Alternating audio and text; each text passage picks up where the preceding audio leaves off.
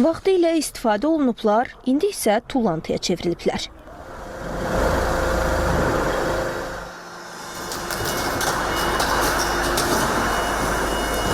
Amma təkrar emaldan sonra yenidən yararlı vəziyyətə gətirilirlər.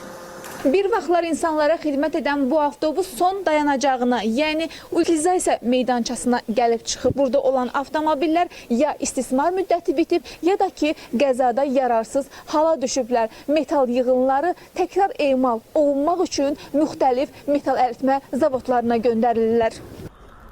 Utilizasiya meydançasında ən köhnə avtomobil 1948-ci il istehsalıdır. Bura toplanan yararsız maşınlardan təkrar emaldan sonra əldə edilən materiallar fərqli məqsədlər üçün istifadə olunur.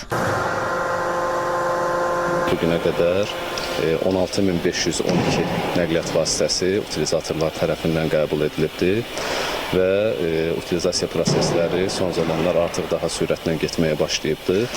Təbii ki, bu da tullantıların təkrar emalı sahəsində də bir canlanmanın meydana gəlməsinə səbəb olur və belə ki, ətraf mühitə zərərli təsir göstərən nəqliyyat vasitələri artıq dövriyyədən kənarlaşdırılır.